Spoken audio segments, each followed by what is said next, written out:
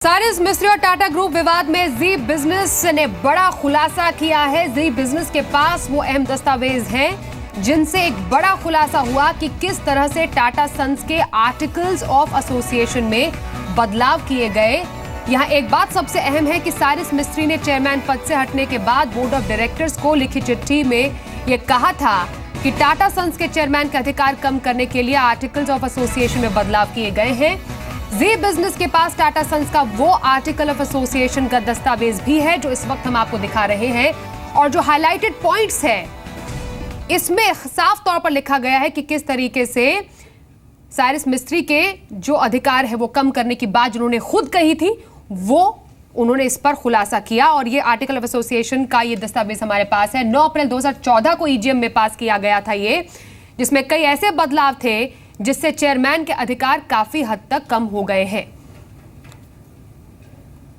और इस वक्त मेरे साथ मेरे सहयोगी ब्रजेश इस पूरी खबर पर और बातचीत के लिए और कुछ और डिटेल्स जानने के लिए एडिटर इनपुट राजेश सिंह है। सबसे पहले ब्रजेश, जी बिजनेस के पास वो एक्सक्लूसिव आर्टिकल ऑफ एसोसिएशन है और कुछ पॉइंट्स भी हम चाहते हैं कि आप बताएं कि आखिरकार आर्टिकल ऑफ एसोसिएशन में किस तरह से ये कहा गया है या क्या वो प्रावधान दिए गए या अमेंडमेंट किया गया जिससे कि चेयरमैन के जो अधिकार उसमें कम किए जाते हैं। जैसा कि सारिस मिस्त्री ने कहा है अपनी चिट्ठी में कि मेरे पास तो ज्यादा अधिकार ही नहीं थे। जी स्वाति, देखिए आर्टिकल ऑफ एसोसिएशन जो था उसमें है एक आर्टिकल नंबर 121 जो है इसमें क्या क्या कहा गया है।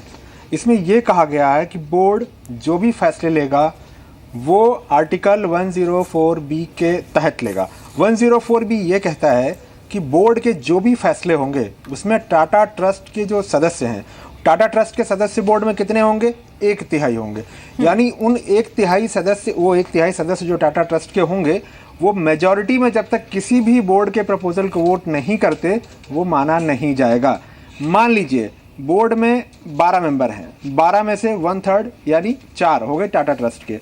अगर 8 मेंबर फैसला कोई भी करते हैं कंपनी के कामकाज से जुड़ा हुआ, लेकिन ये 4 अगर नहीं करते हैं तो इंटरप्रिटेशन ये है इसके हिसाब से, इस आर्टिकल ऑफ एसोसिएशन के आर्टिकल 121 और 121A के हिसाब से वो मान्य नहीं होगा। अब कौन कौन से फैसले होंगे जिन्हें करने के लिए टाटा सन्स के बोर्ड के साथ साथ टाटा सन्स के बोर्ड में जो टाटा ट्रस्ट के नॉमिनी होंगे उनकी मंजूरी मेजॉरिटी में ज़रूरी होगी। 5 साल का बिजनेस स्ट्रेटजिक प्लान वो जब तक टाटा सन्स में टाटा ट्रस्ट के बोर्ड मेंबर अप्रूव नहीं करते मेजॉरिटी में नहीं पास होगा। सालाना बिजनेस प्लान ये जब तक टाटा सन्स में टाटा ट्रस्ट के बोर्ड मेंबर मेजॉरिटी में अप्रूव नहीं करते नहीं होगा। किसी भी तरह का कोई डेट या किसी भी तरह की कोई इन्वेस्टमेंट या कुछ भी ऐसा बड़ा फाइनेंशियल इन्वेस्टमेंट जो 100 करोड़ रुपए से ऊपर का है वो जब तक टाटा ट्रस्ट के बोर्ड में टाटा सन्स के बोर्ड में टाटा ट्रस्ट के नॉमिनी मेजॉरिटी में अप्रूव नहीं करते नहीं पास हो जाएगा।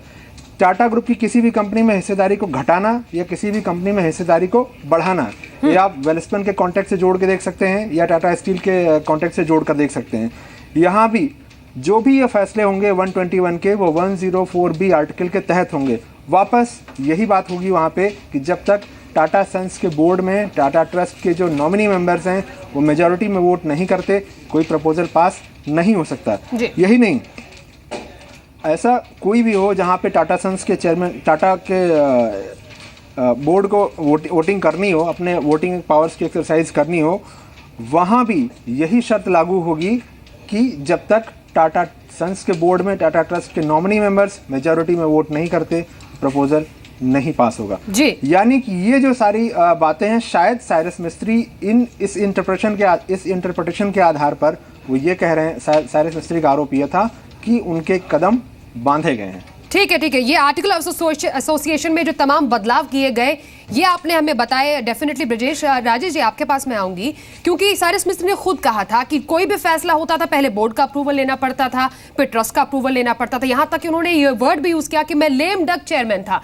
तो ये जो आर्टिकल ऑफ एसोसिएशन में बदलाव किए गए हैं सारिस मिस्त्री के लगाए गए आरोपों को क्या प्रूव करते हैं?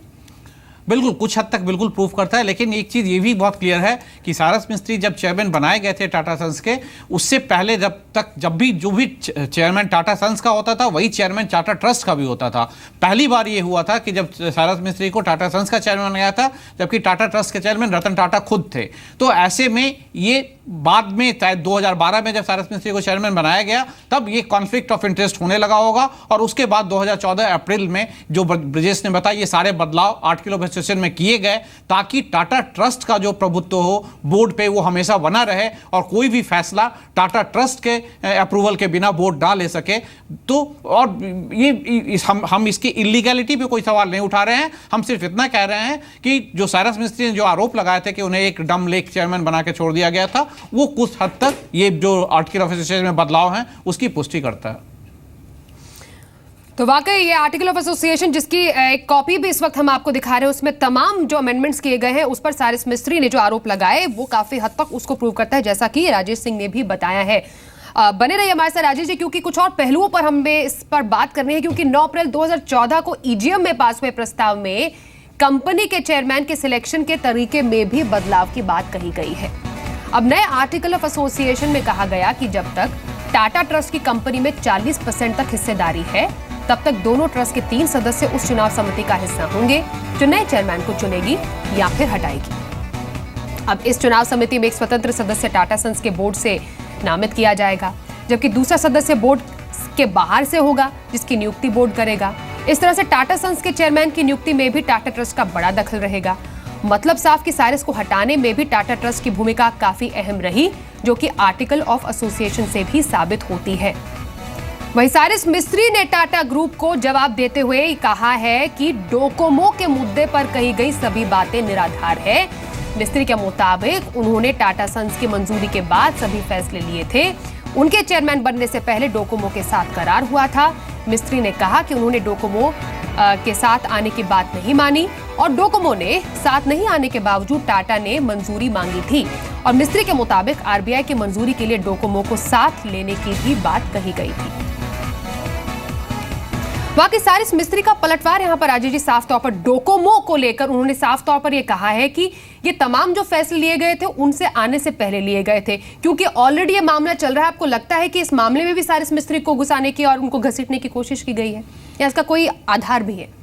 बिल्कुल, देखिए टाटा सन्स की तरफ से एक बयान आया था और उसमें यह कहा गया था कि सारस मिस्त्री ने डोकोमो के मुद्दे को ठीक से हैंडल नहीं किया, जिसके चलते टाटा सन्स की बदनामी हुई इंटरनेशनल मार्केट में, और उसके कई एग्जांपल्स भी दिए गए थे। लेकिन ये चीज़ आज जो सारस मिस्त्री की तरफ से जो जवाब आया है उसमें ये कहना है कि डोकोमो की जो डील हुई थी वो उनके चेयरमैन बनने के पहले की थी, और उन्होंने कई बार डोकोमो के साथ कोशिश की कि वो आरबीआई में अप्रूवल के लिए जाएं। आरबीआई में अप्रूवल के लिए 2 बार लिखा भी गया था, लेकिन अप्रूवल में डिले होता रहा, और इसी बीच आर्बिट्रेशन कोर्ट से टाटा सन्स के खिलाफ फैसला आया। तो उनका ये कहना था ये सारी बातों की जानकारी जो थी वो रतन टाटा को और सुनावाला को दी जाती रही थी, और यहाँ तक कि जो आर्बिट्रेटर थे उसमें जो सीनियर काउंसिल थे वो टाटा ट्रस्ट के जो काउंसिल थे वही इस पे भी काउंसिल थे। तो यहाँ पे कोई भी चीज़ सारस मिस्त्री का ये कहना है कि उन्होंने अपने तरफ से नहीं की, जो भी डिसीजन हुआ वो सर्वसम्मति से लिया गया, पूरे बोर्ड के अप्रूवल के साथ लिया गया था। जी, बहुत शुक्रिया राजेश सिंह जी हमारे साथ, और ब्रजेश हमारे साथ इस पूरी खबर पर बने रहने के लिए, उसमें अपडेट्स देने के लिए, समझाने के लिए कि आखिरकार इस पूरे मामले में क्या ऐसी लीगल बातें हैं जो सामने आ रही है आर्टिकल ऑफ एसोसिएशन को लेकर। वैसे रतन टाटा ने टाटा ग्रुप के अंतरिम चेयरमैन का कार्यभार संभाल लिया है। रतन टाटा आज लंबे अंतराल के बाद नए रूप और लुक में नजर आए। रतन टाटा ने आज बॉम्बे हाउस के दफ्तर में मीटिंग्स भी की। अभी तक रतन टाटा टाटा ट्रस्ट के ऑफिस में ही बैठते थे।